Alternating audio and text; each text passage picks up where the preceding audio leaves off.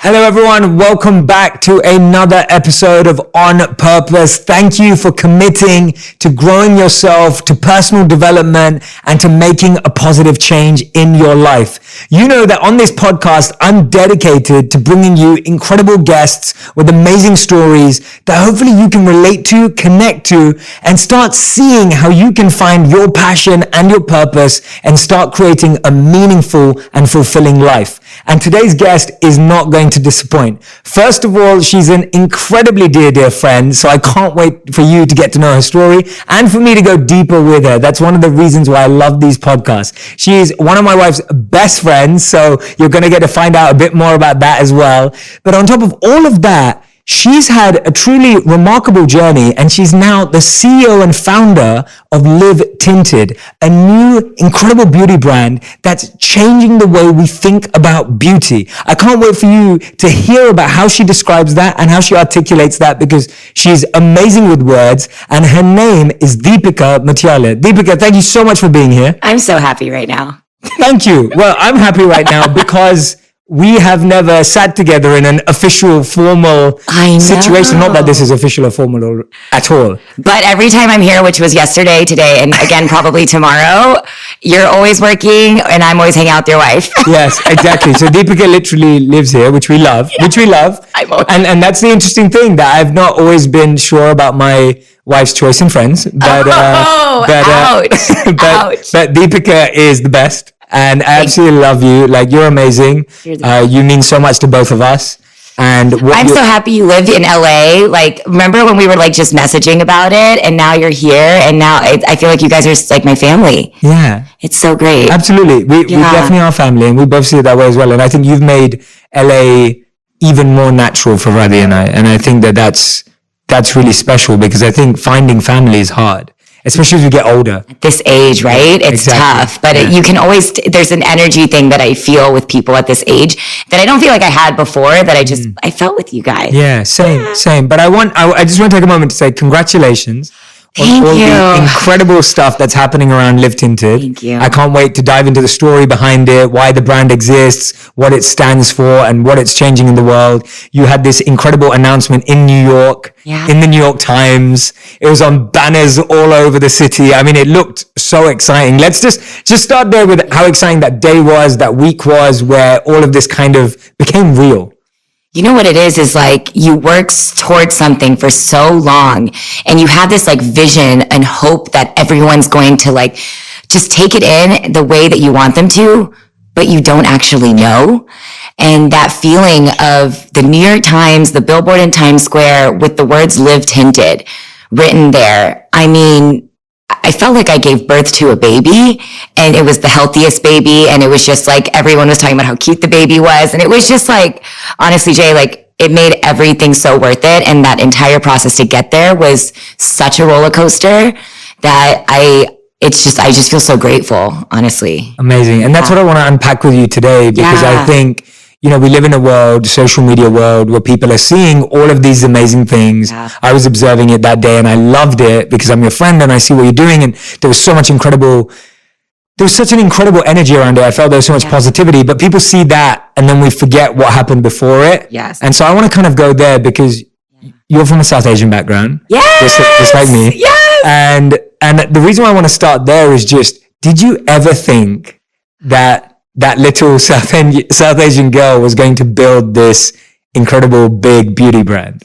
And I grew up in Texas, and everything around me was blonde hair, blue eyes, right? And there was a very specific standard of beauty I saw in the media. And my parents, who were immigrants, right? Of course, from India, they had a very specific vision of what the American dream was. And for them, it was all about respect in America. And that came from education.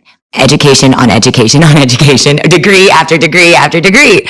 And for me, my vision of the American dream was really doing something that paved the path for others, because in America, you have the opportunity to do whatever it is you want to do. Mm-hmm. And that was like so stuck in my brain. So when you say like, did I ever think I was going to be doing this?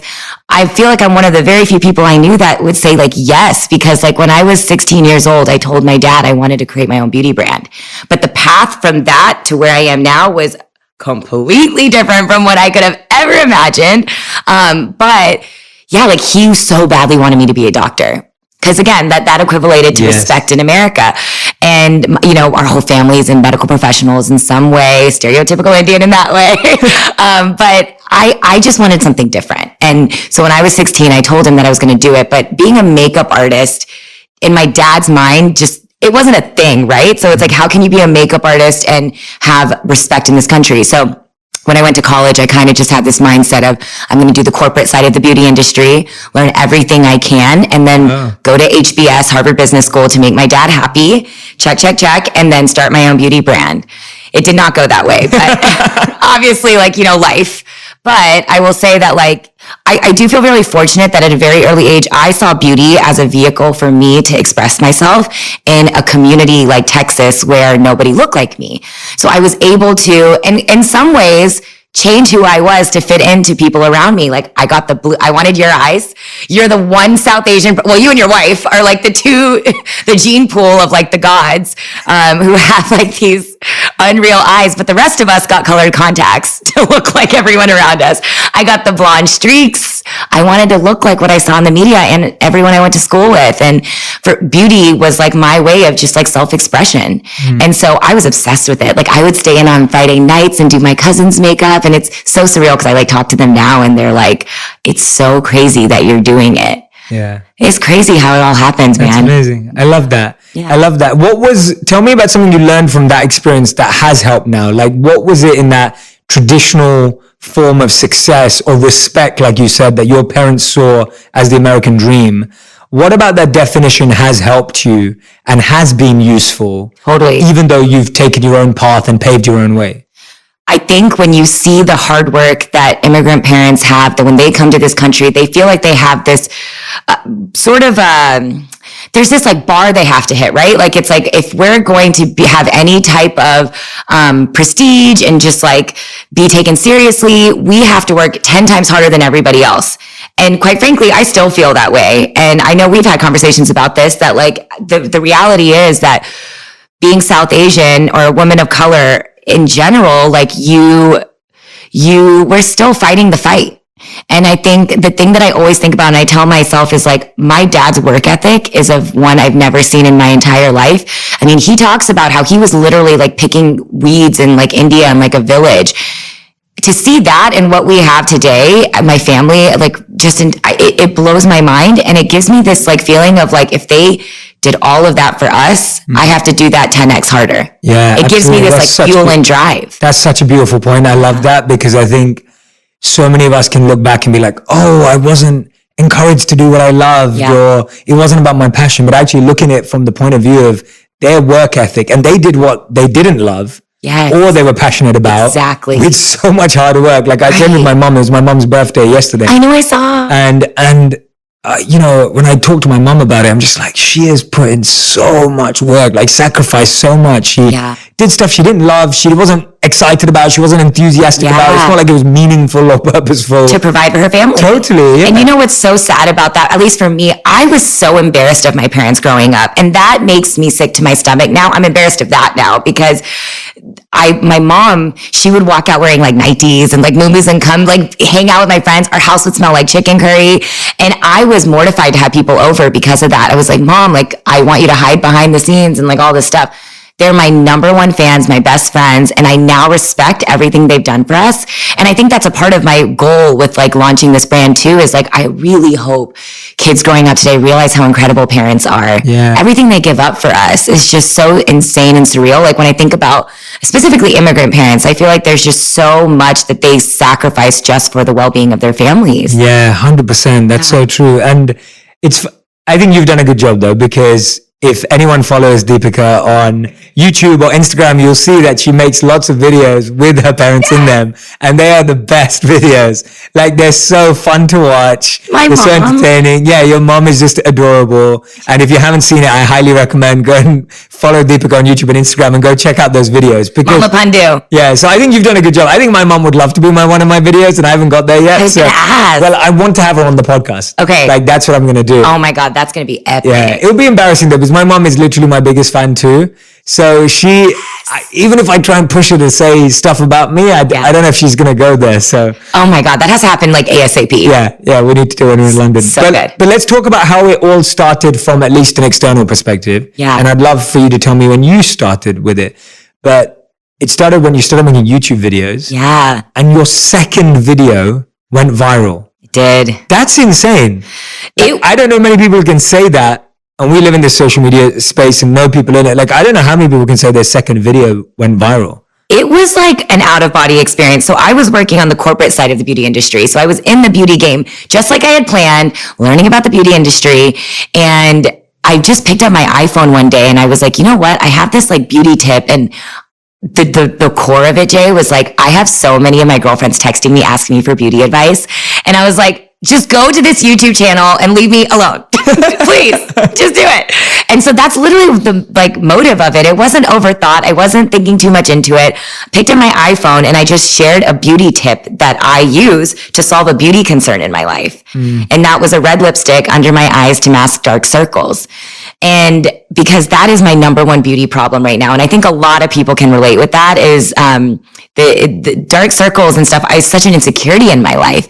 And so any way I could find ways to simplify beauty, I took my lipstick and I put it there and it got picked up by BuzzFeed and it just went viral. That's crazy. I mean, I woke up and it was like Vogue India, Cosmo UK, Daily Mail, Refinery 29, boom, boom, boom, boom, boom. And before I knew it, it was at 4 million views.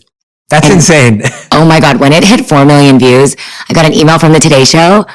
And I was like, oh my God, I'm going to be the Indian Hoda. I'm quitting my job today. I'm going to go be someone on the Today Show because that's how it works. That's not how it works. But I did quit my job that day. Wow. I had this like gut feeling in me that this was a moment in my life that I had an opportunity that it was like a 15 minutes, right? And it was like, you can take that 15 minutes and have it just be a moment in your life, or you can take it and build out your dream career. I love that. That's what I did. That's amazing. Like, that's such great advice too, because I feel like it's been really interesting for me whenever I've had moments.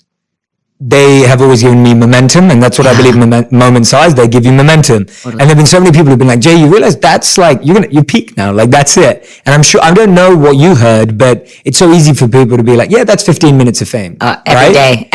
And the difference is that you took that and you turned it into something amazing, and it's just continued to grow. You know what it is? I remember asking myself the same question. Right out of college, I had a job and I left it to go to New York City. And the question I asked myself was, what's the worst thing that could happen? And to me, the worst thing was not taking the risk and always wondering what if. Yes. Always. And I knew that if I didn't just take this leap, like, you know, for me, I always knew I had another option. I could go to business school. I could go get another job at a beauty brand. But when in life do you have, at that point, 10 million people watching a video about you as a beauty kind of like expert or authority in this space? And so I was like, you know what? I have to go for this. And I actually didn't tell my parents. I just quit my job because I know their mindset. You were in Texas at this time, right? Oh my God, I was in New York. I was in New York. Okay. But I just, in my brain, you know, they would be worried to their core. And oh my God, I have to share this because it was so funny. I remember going home that weekend because I was in my brain, you know, the emoji with like, it just like bursting out. That's how I felt. I was like, what now? How am I paying my next paycheck? Like, what's going to happen? I had no idea. So I was like, I'm just going to go home for a weekend, hang out with my family, not tell them anything, but just rest my mind and kind of gather my thoughts. Of course, through the Indian grapevine, my dad found out that I had quit my job. It was like my cousin told his dad, who's my dad's brother. And oh my gosh, I was sitting on the couch. We were probably watching some like Hindi movie or something. And my dad was like, come into the study. I literally thought he was going to like take me to India, get me an arranged marriage. My life was over. I had all this like visions, and I walk in there and my dad, he hands me a check. And this is when I start to cry. I'm like tearing up, and he's like, don't think of this as me giving my daughter money. Think of this as me investing in a business I believe in.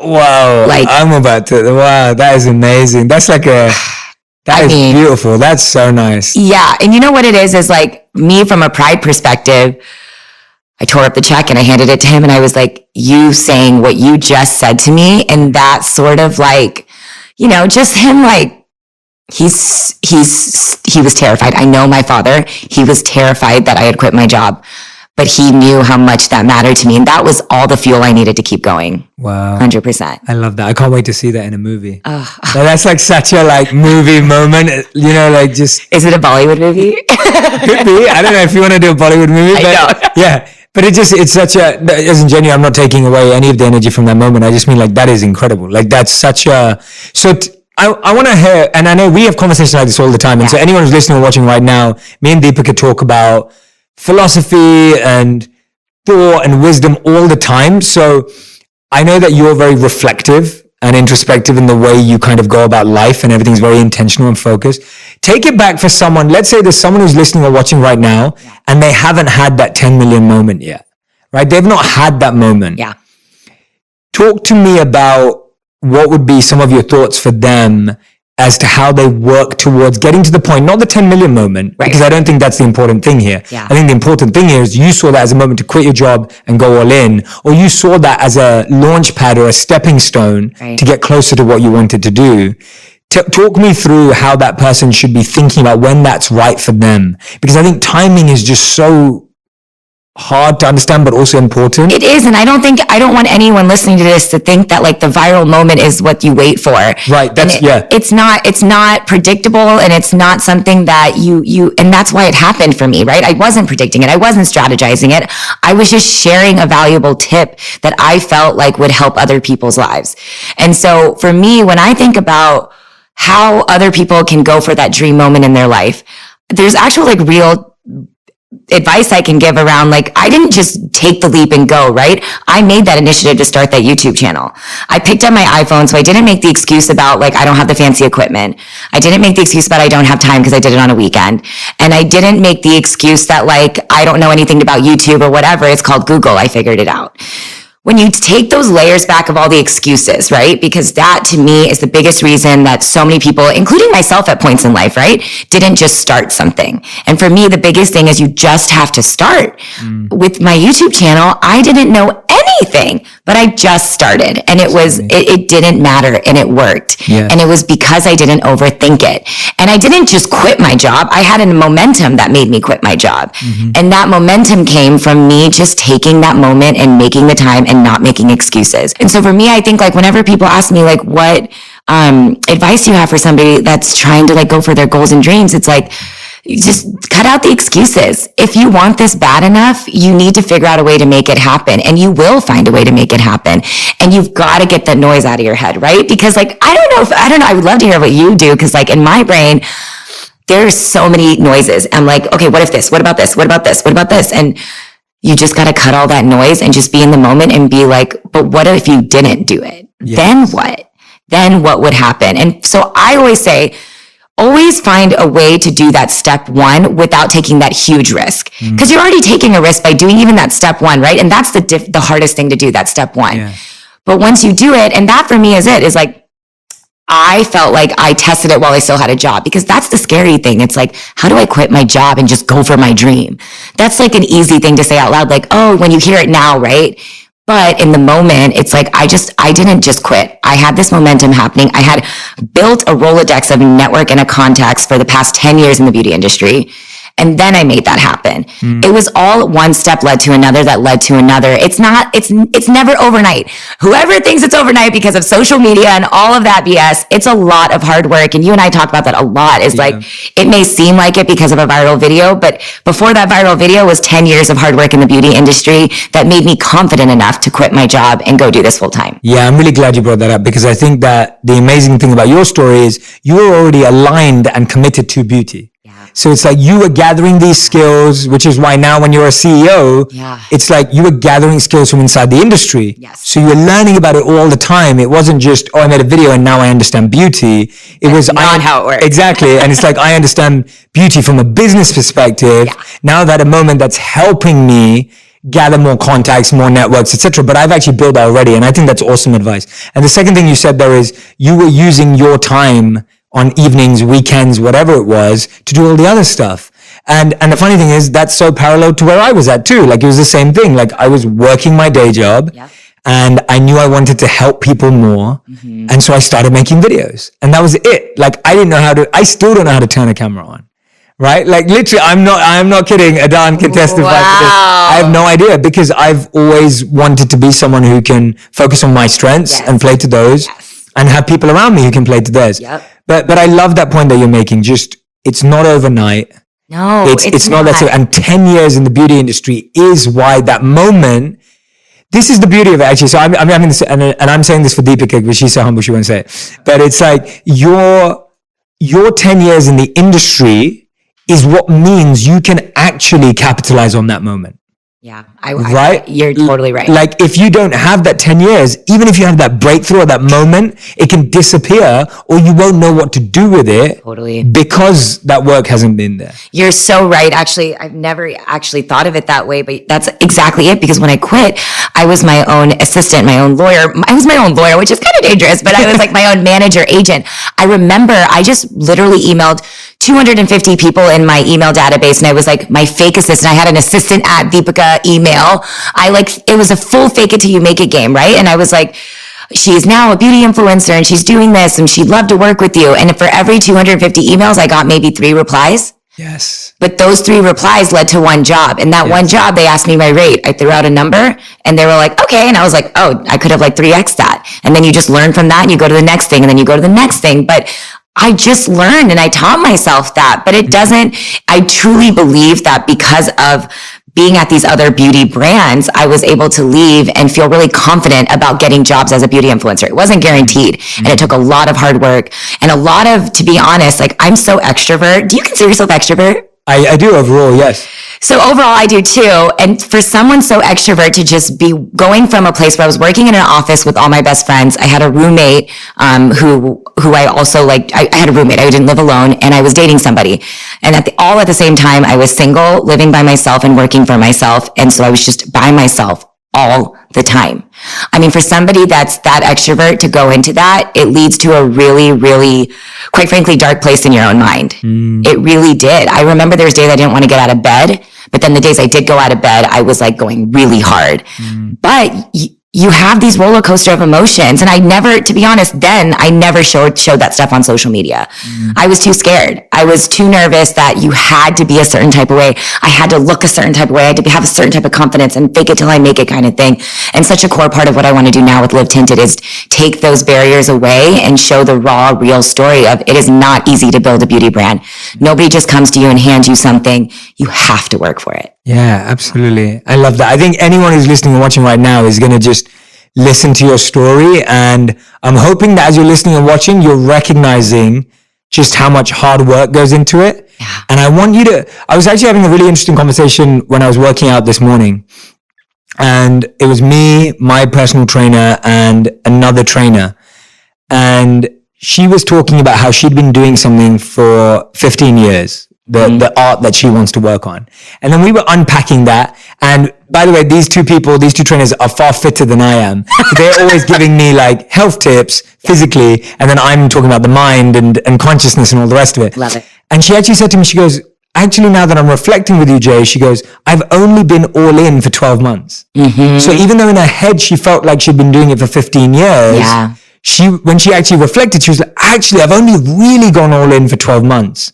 And I would really recommend that you measure whatever you're receiving based on when you went all in, not how long you've been studying a subject, not how long you've been thinking about it. That's actually a really great point, because even when I was working on the beauty corporate side of the beauty industry, it wasn't until I started working on product development for that company, I was doing product development, that made me feel like, wait, like maybe I don't have to go to business school. Maybe I can start this beauty brand, and maybe this company is my business school, and maybe I don't have to go that specific set path that I thought like I had steps pieced out for me.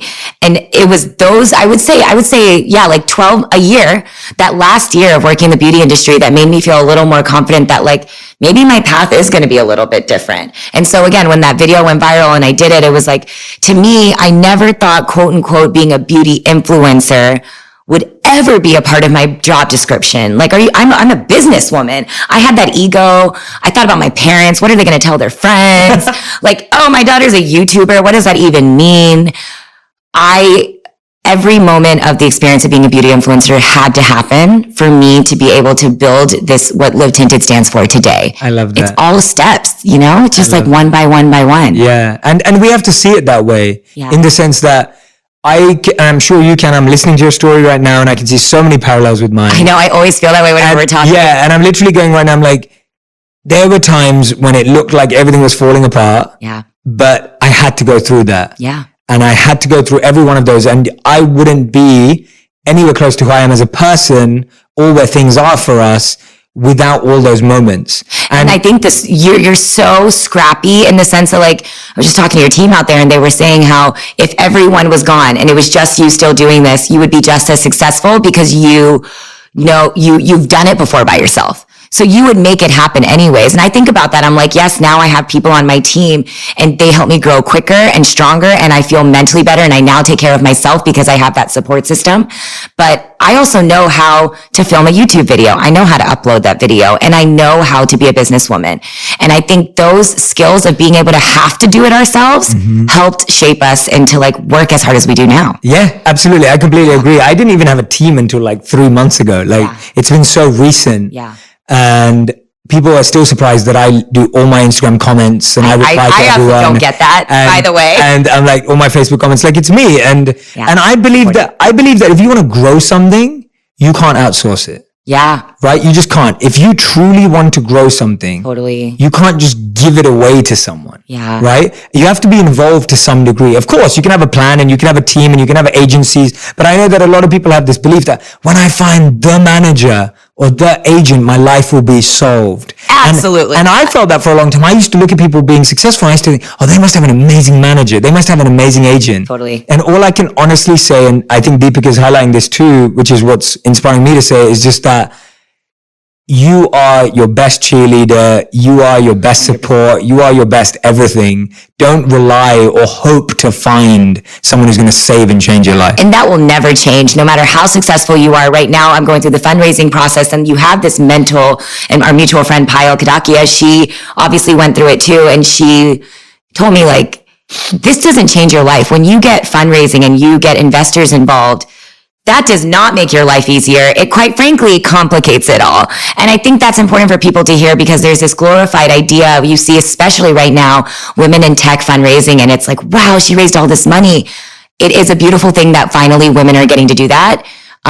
However, what I've now learned through going through this process is it adds more voices, more responsibilities, and it doesn't mean that you have less to worry about. It has more people you have to answer to. So I think something I'm learning is now my job has just shifted from growing the team rather than like me focusing on doing the work. But I think we both probably have problems with this is like letting go and letting other people do it. But I think you're so right. There's some things that I will never let go of. Yeah. Ever. Yeah. And that's important. Of course it is. It's you that's building this. And I think anyone who lets go of that is letting go of, I think, the strongest strength that a business has. Absolutely. So now tell us about this. You have this incredible life as a vlogger, a creator, a beauty influencer. Yeah. But for you, you always wanted to do more. And I don't mean more in terms of better because people are happy doing what makes them happy. Yeah. But for you, it was always about business. You were always a businesswoman who became an influencer, but really had set your sights on being the CEO of this incredible brand. So tell me about that transition of moving away from this amazing thing you've built that's already working and it's already going great. But then you saying, no, I actually want to create something that's going to shift the culture, because that's what I think you're doing with Live Tinted. Thank you. Like you're really trying to shift culture and break down barriers and change the way things are perceived. So tell me about that transition. I still remember being 16 and going down like a drugstore aisle and seeing no beauty products that worked for me and no women that looked like me. And I think that it's crazy. You have these flashback memories of your childhood. That's one that I will never forget. And I think it still lives on with me today. So when I quit my job to go be a beauty influencer, and this is going to be hard for people to believe, but in my core, it was nothing about the fame. And quite frankly, I am so excited that with Live Tinted, I get to be more behind the scenes and stuff. But it was the idea that I got to finally be the face of beauty brand campaigns so that girls growing up today are finally seeing their face in it. Like a L'Oreal commercial, a Samsung commercial. It's like, I never saw a brown girl on the TV. So to be able to build that, I think was a part of my goal and path to get to a place to change representation in the beauty industry, to see faces that I no longer saw. Because even within women of color, thank God we're finally seeing more African American women, more Latina women. But what about everybody else? There's all these people in between that still need representation in this industry. And I felt like I fell into that too. So my goal really as a beauty influencer, and I use the quotes because I think there's everyone I know that's a beauty influencer, there's so much more to it. There's so much hustle and grind and entrepreneurial spirit than I think people realize when they just see that one YouTube video. And I think for me, it was all about changing the faces that you saw in the media. And so that's what I was doing really for the past 3 years. But then it got to a point of, when is this brand happening? And how is it going to happen? And what is it going to look like? And if I didn't do the beauty influencer thing for 3 years, I think I would have built a much more niche brand than my goals and path and passion for building Live Tinted. Wow. And I'm so happy about it because just like you said, to me, Live Tinted is a movement first. First and foremost, more than anything, our goal is to change representation of beauty, the faces that you see in the beauty industry. And I feel like we're doing it, man. And it feels good. And I think the biggest reason of launching this, when I first started, everyone was like, why don't you just call it Deep Beauty and launch a color corrector and make it all about you and like brown girls? And there's a few reasons why. For me, it was time to build something bigger than myself. And it wasn't about just a singular voice or a singular culture identity. It was about building a home to showcase a whole range of women, a whole range of skin tones, to say, I can be exactly who I am and feel great about it. That doesn't mean that wearing makeup makes you less of like a person that feels that way. It's more of, to me, the beauty products are just a vehicle for us to share our message, to make sure that inclusion and diversity is just the standard in the beauty industry. It shouldn't be like a campaign, which is how it's being treated right now. Yeah, that's so interesting. It shouldn't be a campaign. Shouldn't. Yeah, because what would that do? If it was a campaign, what are the negatives of that? It's strategic. It feels disingenuous and it's not making real movement happen. And there's a lot of brands that you can see capitalizing on that, which it doesn't bother me because at the end of the day, at least there is a token brown girl now, right? That wasn't something that happened before and we need that. It's better than nothing. We need that progress. So even though, you'll see the one brown girl in things and the one brown guy in things, that didn't exist before. So at least that's step one to get to a place where this is just normalized. And so that's how I feel about the whole thing in general. But I think when I launched Live Tinted, it was so important. We launched in 2017 as a community first. And while we were doing that, we just used the community, we listened to the community to help us think through what was the first beauty product we were going to create. And it was truly made by them for them. And it just is so crazy, Jay, that what they asked for when we asked what your biggest beauty concern is was dark circles. Wow.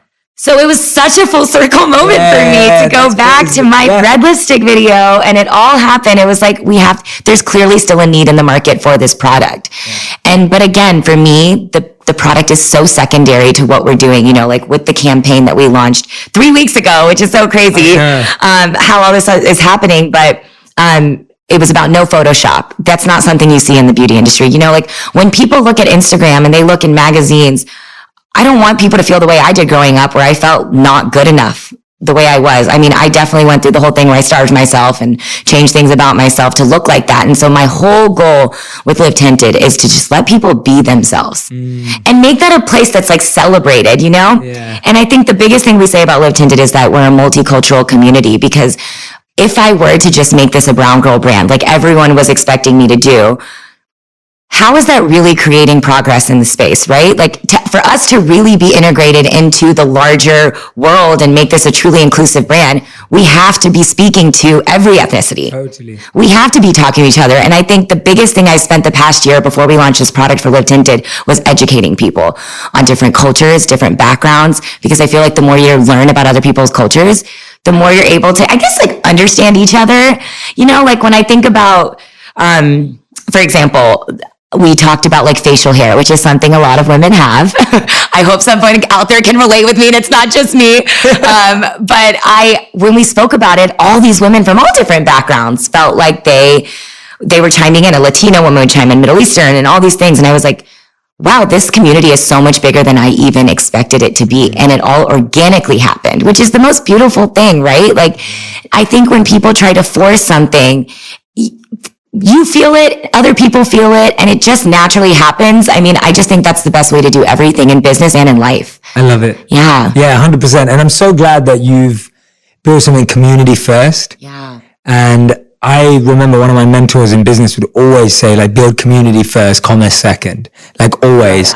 And he used to say it, and I was like, oh, that sounds good. Like, that sounds cool. Yeah. Like, that's one of those statements. But it was like, it's so true. It is. Because not only is a community, that's not just smart or strategic. Actually, what it is it's real. Because when you deeply get to know people's stories, your heart expands, your vision expands, right? Like, you don't become someone who's just trying to sell something anymore, because you have a community first. See, if you start with commerce, you're basically thinking, are we hitting our numbers? Are we selling stuff? Is stuff being shipped, right? That's what you're thinking about. Yep. When you start with community first, like you have, you start hearing people's stories. You start hearing people's backgrounds. You hear about people's challenges. And then your brand becomes full of compassion and empathy and love and care, as opposed to being about numbers and stats and analytics. Even when you say that, it makes my like heart just like feel so good, because like I had so many tough times this past year. It was so many lows of thinking and again, doubting yourself. Like it was a complete shift, right? Like and for me, I never like dreamt of being a beauty influencer, but I always dreamt of this beauty brand happening. So the pressure was like 10x. And I felt like, oh my God, like this is what I've wanted since I was 16. It's happening and you have to do it right. But I had to get out of my own head and go back to the same scrappy mentality I had when I first started that YouTube video using my iPhone. Is you just have to start. You just have to start. And I'll tell you, like during those low times, it was literally this community that got me through it, because I would read their comments and they'd be like, keep going. Thank you so much. You're changing my life. You're making me feel beautiful with who I am.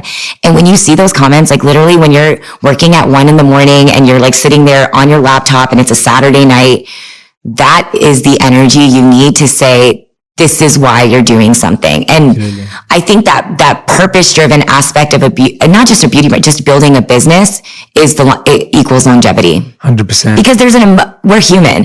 There's a real emotion that goes into it. And I think like, at least for me personally, and I don't know, this could be one of my weaknesses as a CEO, but I feel like I have empathy in building this business, and it sometimes is like not a good thing, but it's who I am. And I don't know if that'll go away, but I can't help but care. Yeah. And it's tough, right? Because when you're a beauty personality, I'm allowed to just be that girl. But when you're running a business, you sometimes have to like shift that hat and be like, okay, like let's think about this. Like what's going to be right for them and this and that. It's a weird balance of all of these things. Yeah. This is a therapy session all of a sudden, but I'm into it. I'm like, man, it's a lot. Yeah, no, it is a lot. And that's what I think is so beautiful when I'm doing the podcast and I'm speaking to someone like yourself. It's like, you've just had so many transitions in life. And transitions are the hardest. Yeah. And that's why most people never have them.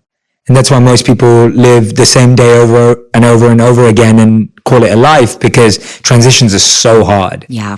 Tell me about the doubts that came in your mind and how you overcame them before you got to building Live Tinted. Like, what were the doubts? What were the challenges, and what got you through? So we already know the community got you through. 100%. And I love that, because that to me, that's a successful entrepreneur. Like that, to me, that's a successful business person. It's someone who's living for their community and their why is so strong. But what else? What were the doubts that came up, and how were you able to strategically or internally start overcoming them? I think I had to tell myself, you have to sometimes give up the good to get to the great. You know, like I actually like remember writing that out and like writing out like things were just going in sort of like a hamster wheel as an influencer, right? Like there was deals coming in and beyond the deals, again, like I felt like there was everything I wanted to achieve out of being a beauty influencer, you know, that had happened, but it's comfortable. I had like a routine with it. I was, you know, in a flow of it, and I was growing on like my business with it and all these things. And it's really scary to go from that to, well, like I've had this dream, blah, blah, blah, blah, blah, blah, blah. Okay. So I would say for me, my biggest thing was that I knew that to build a company, I would need people. And so me taking this calculated risk also impacted other people's lives. That's a really scary thing. And I think for me, it was like, again, the same way when I was working at that company, and while working there, I started my YouTube channel, right? So while I was an influencer, I started Live Tinted. And that's the way that I've always built my career, is like, do a little test. It's almost like, like just test it out, see how it goes. And that's how we launched Live Tinted, as like with the hashtag. I literally just put on my Instagram story. This is how scrappy I did it. I thought I was going to do this whole plan and like make this beautiful grid on Instagram, right? And then I was just like, you know what, Deepica? I just put hashtag Live Tinted and said, if you can find a deep skin melanin South Asian woman, tag hashtag Live Tinted. And within minutes, 200 people had tagged women all over online, because I couldn't find a woman that looked like that on the internet. How crazy is that? Whoa, no way. Isn't that insane? That's crazy. So I just asked the community to do it. And then I was like, you know what? Let's just launch this page. So that was my way of testing it out, because instead of just trying to think of like, and I think that's the biggest thing we all get into our heads, is this perfection idea. And the second I stopped thinking about that or caring about it, we just launched the page and it just started to organically grow. So instead of like placing that big order for that beauty product and right away saying I needed to start this beauty product, I started an Instagram page. Yeah. And I just started a hashtag, and thousands and thousands and thousands of people have been using the hashtag as a way to identify themselves and tell their personal story about their identity and their culture and where they come from. And that, to me, helped me shape what product and what I wanted to launch from a business side. Yeah. But in the beginning, it was just about trying something out. Yeah. And I think that's the only way to do, for me personally, it's not the only way to do it, but I think it's the way that you kind of go into it with a little less fear. Yeah. Because it's scary. It's still scary. Yeah. Every day. I love that, because I always say that all of my content is 75% complete. Oh, wow. It's just everything. This podcast, everything on Instagram, every video I've ever made is 75% complete. And that's crazy, because I bet everyone watching is thinking it's 150% complete. And it's really not. From my perspective, I know everything I could have made better about each one. Yeah. But if I tried to get to 100, you wouldn't know who I am. Because I think that's the block we all live in. We try and go from 75. Now, it shouldn't be 50, right? You don't want to put something out at just 50 or 40. Yeah. But you want to get to a place where you are removing that fear, because if I waited till I got to 99 or 100, I'd never release anything. Because then you can just keep tweaking and keep tweaking and keep tweaking. And then you don't learn. And then you don't learn fast. Like waiting for something to get to 100, you could wait 10 years to launch something. At 75, you can launch 10 things in 10 years and learn from it and get better. That doesn't mean you're giving low quality. Like, just to throw that out. It's not that's not about low quality, right? It's not about bad quality. It's not like I don't think what I'm putting out is good quality. Totally. What I'm saying is that I'm not giving myself the pressure of perfecting. Like, there are times when I miss a word or mispronounce a word on a video. Right. And it's like, I'm not going to re-record the video for that, because at that time it felt right. And people can forgive that. And I think that's what I mean. That just living for creating something of high value and high quality, but not putting the fear of something that's actually going to block you from ever getting it to market. And I don't think any entrepreneur launching a business is ever going to feel like their work is 100%. No way. When it's your baby and you're looking at it, if you were waiting for 100%, it just would never happen. No, you can't think of it that way. You just can't. And I think about that even with when we launched our first product. Again, like there's so many things I wanted to do differently, but at the same time, like, you also want to put it out into the world and see how people respond to it, because you want to learn from that and grow from that and build from that. So the same way I started that with the hashtag, my YouTube channel, to the hashtag of launching Live Tinted as a community, I treated our first product that way too. And I mean, fingers crossed, it's going well. Yeah, I think it's going amazing. Yeah. Like, it's awesome. And I love the branding, and I know Radhi was in the video too.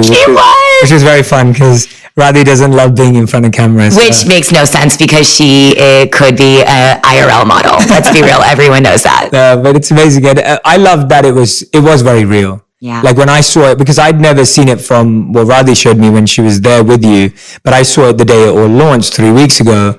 And I was just like, oh, I love the song. Like, I love the look and feel of everyone in the video. None of it felt pretentious. And I see beauty ads all the time. Like, we see beauty ads all the time. Yeah. And that's the point, right? Like, and it didn't feel like that. And I'm not just saying that because you're my friend. I'm saying that because that's how I felt. Yeah, thank you. And I was just like, oh, this is real. And I'm glad that I've just found out from, which I didn't know, the release was scrappy. Yeah. Because I think it feels real, and it feels authentic and genuine. But you know what? The thing is like, I feel like if we didn't do it that way, like, it wouldn't be what I want the brand to be. Like, think about, you just said it yourself. There is a million beauty brands out there. What is the point and purpose of just putting out another one? There has to be something bigger than a beauty product. There has to be something that you want to change. And that's in any aspect of whatever business you're building. What drives me and keeps me going is thinking like, we are actually making momentum in this industry to make it so literally it's not an option to not feature only one type of person in a campaign. It's not an option anymore. You have to make it so you're being truly inclusive. And I think that's what excites me more than anything, is that girls see themselves with quote unquote flaws, which to me are really just like the best parts about people. And I think the more that we share people's stories and give people voices, these are all women. That's why I think we've been able to grow at the rate that we have, is these are all women who have been dying to finally be heard and get their voices heard. And I think, I can't tell you how many investors, how many mentors all told me that I was crazy to want to launch it this way. I mean, so many. And I think that's one of those things that you should get advice from other people in your lives, of course, that you trust. But at the end of the day, it's your vision and your gut feeling that has to make the final call. Ah, that's so true. Has to. So true. And it's funny how that gut and intuition kind of gets quieter and quieter as things get bigger and bigger. It's so hard. Like, it's almost like as things get bigger, you almost feel like, oh, I don't know how to do this, so I've got to listen to someone else. I used to go to like 5 or 6 different people, and they all had different opinions. And then that just added voices and noises into your own head. And it actually, to be honest, even during the building process, there was certain people's advice I took that was so different from what I wanted. So different. I am so glad that before we executed and launched, I had like a mentor snap me and say, where's the Deepica in this brand? And what she meant by the Deepica is that where's the bubbly personality, the fun, the vibrancy, the girl that people have been following for 3 years who now wanted to launch something bigger than herself. It's so easy to lose yourself. And that's what happened with all the voices and noises in my head. And I think when I had that person, thank God, like snap that into my brain, I just remembered, wow, I want this to be a brand that's about happiness and people to feel like just like positive and good, because the beauty space can be really isolating. It just can. And I think, just the media in general can be isolating. If I can do one thing with this beauty brand, and it's make one person out there, and I feel like you must feel the same way. If I can make one person out there feel like they can be exactly who they are and feel good about that, then like, I'm doing what I want to do. I really feel that way. It's really not about the beauty product. And I think that's the best part about building this business. I love that. It really is. I love that. Tell me a bit about the biggest things you think you have to think about for someone who's thinking of starting a business. What, if you had to say there were 3 things that I know have been really important to launch this business well, what have been those 3 big things? Apart from the obvious things like getting funding or whatever, but just 3 key core principles that you think have made a huge difference to a successful launch. The first thing that comes to mind is cutting out the noise. There's a lot of things that I used to do that I don't do anymore. And that includes people in my life that I now recognize. And this is why I basically live at this home, is because I'm telling you, if there is even an inkling in you that somebody is negative energy, they're negative energy. And you need to cut that person out of your life yesterday. And I've always been the girl that had a million best friends. And like, I love being around people. Like I said, I'm extrovert and I thrive on other people's energy. But the wrong energy can take you way down the wrong place. So I would say the first thing is cut out the noise, and whatever that means in your own way, like the people, the distractions, the habits. I don't go out like I used to go out. I hang out with my family more than I ever have, and my close friends. I've really dwindled it down to a core group of people, and you have to. There's not enough time, is so finite that I would say the first thing is cut out the noise. The other thing I would say is, I think the whole being scrappy thing is something to emphasize. Like, I would say like the whole making a business plan thing, I personally don't believe in that, because to me, my experience the past 10 years, I think, is a business plan. Like, I don't think you have to put pen to paper in that sense of like, I was always taught that, like I was a business, like in undergrad, I was a business major, and it was like, create this like formalized business plan, blah, blah, blah, blah, blah. I think that that's just like, there's a difference between brainstorming and doing like a whole like whiteboard situation versus like anything of that like fanciness. Yeah. Be scrappy. Just put things out there, see feelers, do tests and see what happens with that, you know?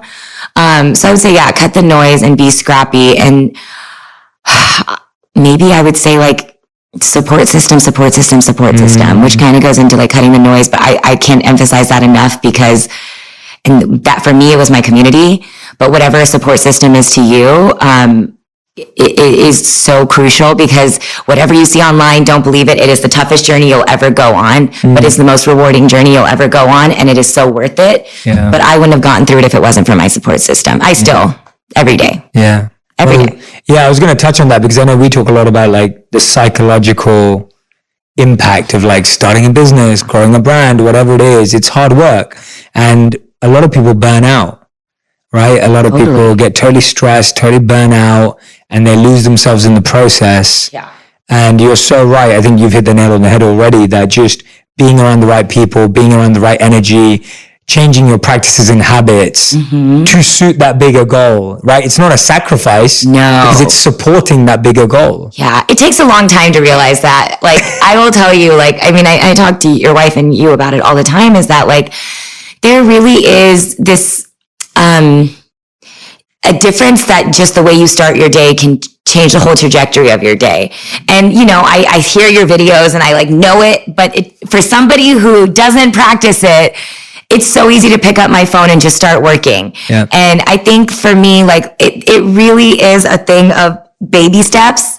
Because the second you try to say, I'm going to stop drinking and going out and just like working out and eating healthy and try to do all of these 50 things at once, you end up doing none of them. Totally. Like, it's just not happening. And I think I was always that extremist. I'm always like 0 or 100. Yeah, Robbie was telling me that yesterday. I really am that person. I'm like, if I'm going to do this, I'm going to go all in on it. Yeah. Finding a balance in life is something I'm, by the way, still working on every single day. Yeah. But it's so important because,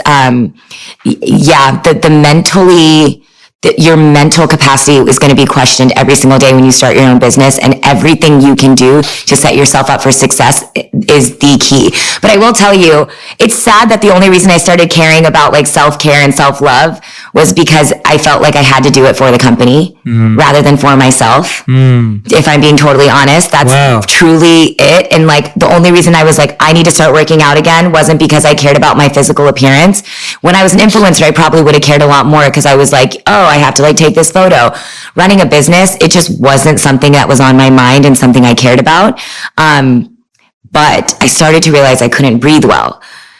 I took like huge gasps of air and I had vocal issues and all of these things happening. And I was like, wow, Deepica, like if you want this business is only going to be as strong as you are helping run it. And that's what kickstarted me to start caring, which is quite frankly sad. You know, like self-care should not be something that you look at and think about as an afterthought or something you're doing to support another aspect of your life. Wow. But that's it's the really reality of is how I felt. I think that's how all of us are. I think we all start taking care of ourselves when we're hit with an external challenge or pain. We're so bad at that. Like we're so bad at taking care of something while it's here, while it's there. You know, we're waiting for something to go wrong or some big alarm bell to sound. And I don't think that's you. I think that's all of us, me included. Yeah. And I think all we can take that as is now that you've recognized that, you're now moving it back to, actually, I'm not going to do this just for Live Tinted. I'm going to do this for me. And that helps Live Tinted because Live Tinted is a part of me. I think self-awareness is the biggest thing that I've now, I feel like because I recognize that, like you just said, I'm like, you know what? That's step one. And I took that step one. So don't be so hard on yourself, Deepica. Like, it's hard to not though. It's this feeling of, you feel selfish doing self-care, but quite frankly, that's just not how it works. Totally. It's a part of sustaining yourself. Yes. And it can't be looked at that way. And, you know, even for social media, like I felt like I could never show myself getting a massage or going to, it's two ways. It's like at the other side of it, it's like, I also just want to turn off. Yes. And I need to give myself that moment to turn off. And now I've learned a tip I give myself. And I think this is important for everybody, even if you're not doing a career in the social media sphere, I still think giving a day off is just So important. 100%. I give myself a Saturday. So on Saturdays, I never feel like I have to do anything online. Amazing. It's just like the world is not going to end. No. It's definitely not. It's definitely not. And I think we forget, like, I remember so this was before I really had my exponential growth on social. So it was December 2017. So you were at like 1 million instead of 10 billion? Yes. Got it. Okay. But I was there and it was December 2017. And I remember I took the whole month off to be creative in the sense of I didn't put anything out. So I didn't release anything in December 2017. That's amazing. Because I was just like, I don't think I'm going to be able to put out my best work. Yep. I don't think I'm going to be able to be truly impactful and help anyone if I'm not giving myself time and space. And I think that applies to products. I think that applies to videos. I think that applies to anything.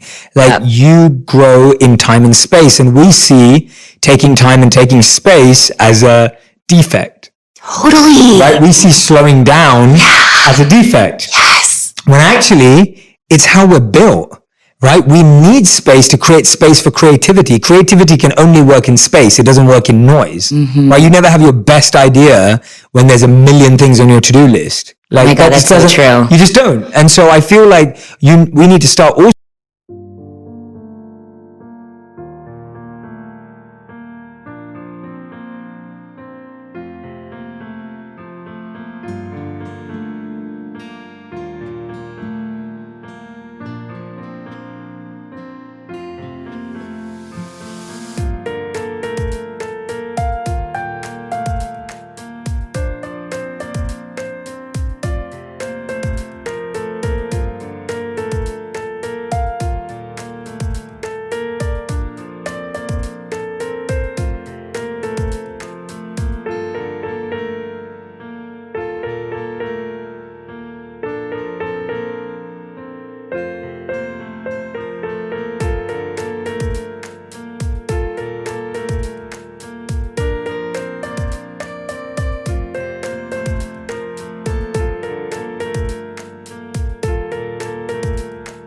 also recognizing, and again, this is just step one, that space facilitates creativity. Space facilitates you to perform better. No one can go from event to event to event, from meeting to meeting to meeting, from pitch meeting to pitch meeting to pitch meeting, and perform at the same level without taking a break to refine their skills, to take a pause. And I think we have to start recognizing that if we want to move forward, we have to press pause, right? We just have to press pause.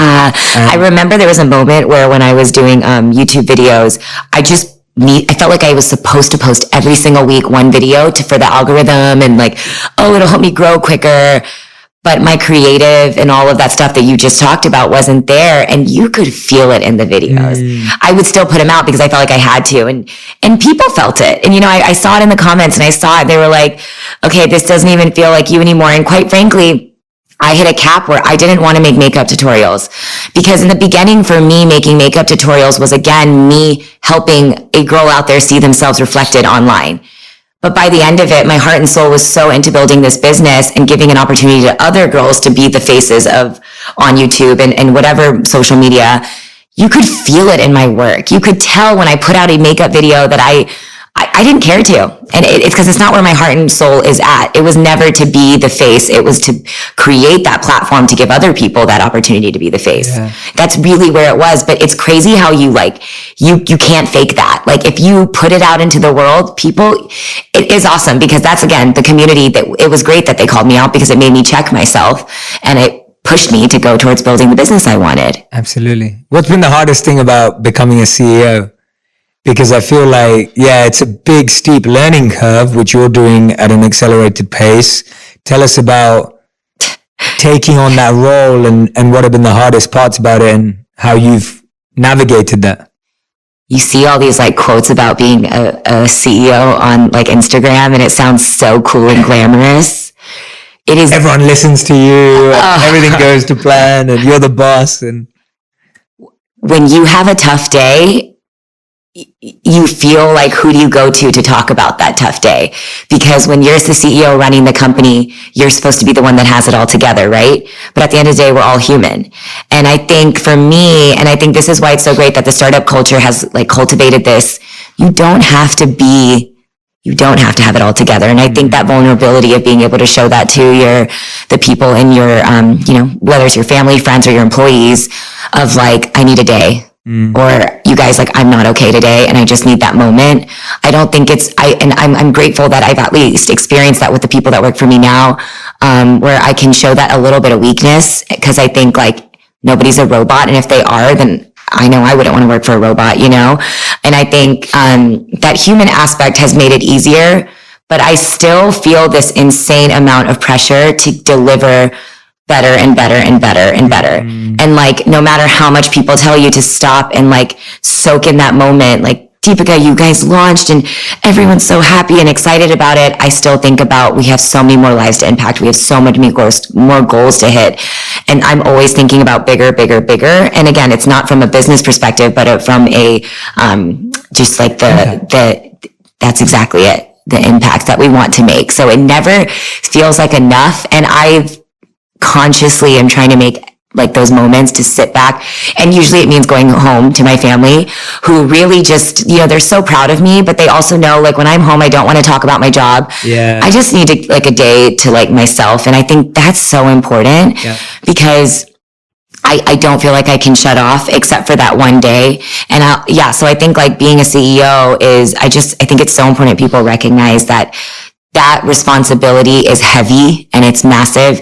And the fact that, and I said this earlier, but it's so true, the fact that any decision I make not only impacts my life, but in fact impacts other people's lives is so much heavier to like hold on your heart. Because even though, like, if I make a mistake and I have to deal with the consequences, that's one thing. But if I make a business decision and we hire somebody, but then recognize that the business doesn't need it anymore and I have to fire that person, that's their livelihood at stake. So I think it's really important that if you decide to start a business, you really recognize those things that I was saying earlier about having that emotional support. You really cut out the noise and you really just make time to think about what it is that you want to be as a leader. Because I really did have that moment, and I was like, and that's what I was saying earlier, I was like, I feel like I'm allowed to just be myself and show my weakness, and hopefully the people that work for me see that as something where I'm kind of just like letting them recognize that like this business is more than just a business. There's something behind it that matters to me more, and that's why I get emotional. That's why I care, and that's just the way I want Live Tinted to be run. I'm not saying, that's for every business, but for me, if it didn't have something bigger to it, I wouldn't want to be a part of it, personally. I love that. It's awesome having you on the podcast, because it's so much about purpose. And I really feel when I'm listening to you that it's a purposeful brand. Yeah. It's a purposeful movement. You're a purposeful person. Like you're living on purpose, and it's totally. And I think that that's the difference between what wins and what doesn't, and what's also fulfilling and what's not. Yeah, because I think that a lot of things can win in life and succeed, but they may not fill you up with meaning and happiness because it's not linked to purpose. I think you and I have both met people where we've met that they have what externally looks like everything. Everything that you think somebody wants, and they still feel empty inside. And for me, when it's all said and done, when I think about what footprint I want to leave on like the world and what I want to do. And I've had so many people say to me, like, it's a beauty brand. You're in the beauty industry. When investors are like, but it's makeup. Yeah. And that's when I walk out of the room and know that they're not the right partner for me, because it's not makeup. It's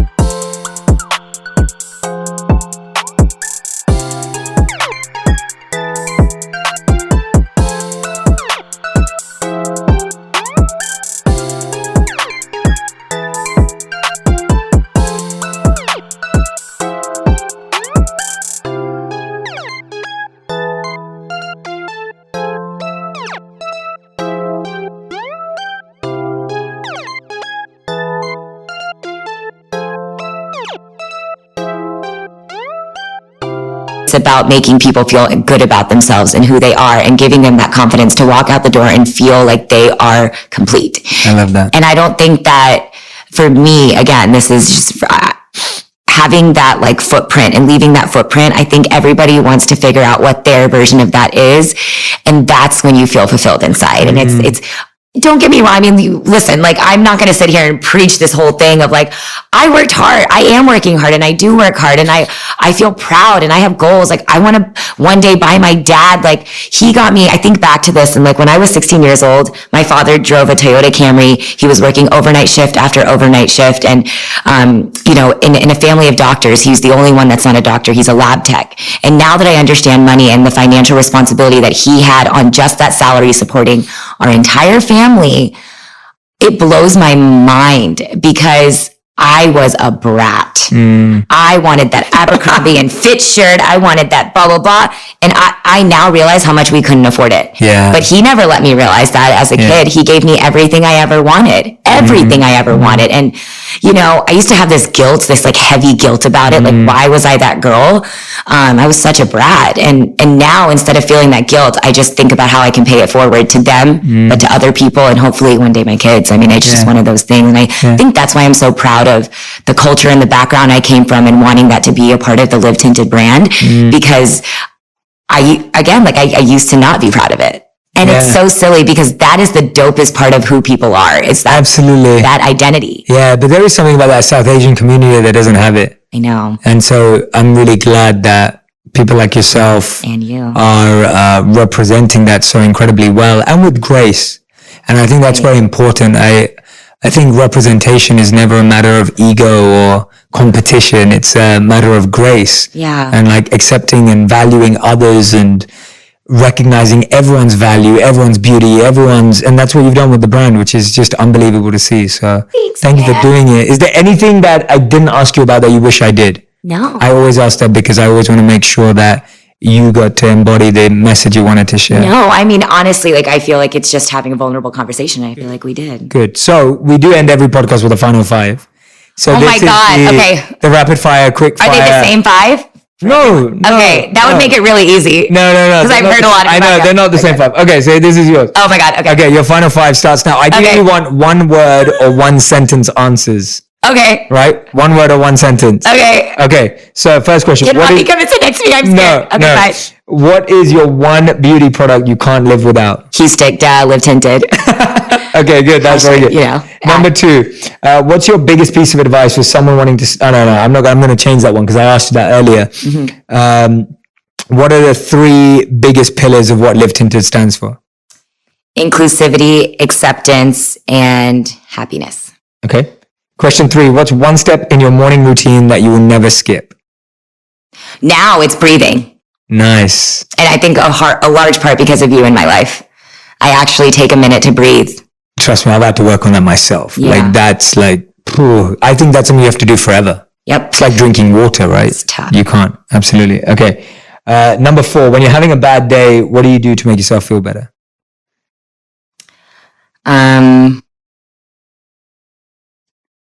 What do I do? I'm working on that now actively. Hang out or be around somebody I love. Okay. Awesome. That was not a word. That's fine. That's one Robbie, sentence. just That's kidding. one sentence. Okay. That's one sentence. Okay. That's one sentence. And number 5, what would you want to be remembered by? I want to make an impact, and I want, in whatever way that means, and I want, if the legacy of Live Tinted is that we've somehow evolved the beauty industry to be more inclusive, I feel like we've done our purpose. I love that. Thank you so much, Deepica. Thanks for having me. It's so awesome having you on the podcast. We got to hang out. Yeah, this is great. We actually got to hang out, but if you don't already follow Deepica, please go and find her on YouTube and Instagram. Of course, go and follow Live Tinted as well on Instagram. Yeah. Anywhere else? Yeah, you know, go to our site. Go to the site, livetinted.com. Yeah. Yes, no, say it. Yeah, livetinted.com. Yeah. Yeah, livetinted.com. I'm sure there's so many of you out there that are listening or watching right now who are thinking, I need this makeup in my life. And more than that, again, like, I didn't say this as one of the 3 words, but I should have. It's community. And it's like, you really can learn and see other people in this community and see what products they love. It's not just about our products. We have a whole platform for other people to see other people's products, because I think that education is, it's important and fun. Yeah. Well, one of the biggest reasons I wanted to do this with you now, Deepica, is because I want to have the same conversation with you every year as you go and build this brand. Yeah, that'd be interesting. I love seeing my friends like yourself just start incredible ventures with so much purpose. And I feel so grateful that the community of friends we have here is so purposeful. Amazing. And so deep. Yeah. And I just want us all to support each other. And I think it's so important. Like, I want to look back on this conversation 10 years, 20 years from now. Gosh, it's going to be crazy, right? Yeah. And for all of us to just be like, oh my God, do you remember when we were just trying to do that and you were starting this company and I was doing this. And I want to have that. And that's what I'm saying, that start supporting your friends right now. Yeah. Like, wherever you are in the whole same space. Agreed. Just start supporting your friends, because there is room for everyone. Collaborating is way stronger than competing. Totally. And thank you so much for being an amazing guest. Thanks. I genuinely hope anyone who's listened or watched this is going to go back, make a ton of notes. And I hope that you're going to go and find out how you can actually apply some of these principles. I think Deepica set out so many great gems, like so many great moments of great advice that I think that are going to help you. So if you're in the process of building your startup, if you're in the process of building your side hustle, like if that's where you're at, listen to this podcast again and take in, what do I do right now? Where do I go from here? Don't worry about the big dream. This is a 10-year dream in the making. Yeah, right? It's not about starting the brand tomorrow. And there's still 10 years and 20 years to go, Totally. And it's not about starting the brand tomorrow. It's not about building the product you wanted forever tomorrow. It's about doing each part, each step of the way. That's what this story is all about. It's each step of the way. Every step has its use, has its purpose, and that's going to help you build an amazing, amazing life, career, and most important, impact. So thank you, Deepica. Thank you so much. Thanks. Loved having you on the show. Make sure you guys share anything that Deepica said. Please share on Instagram. Please share on Twitter. Please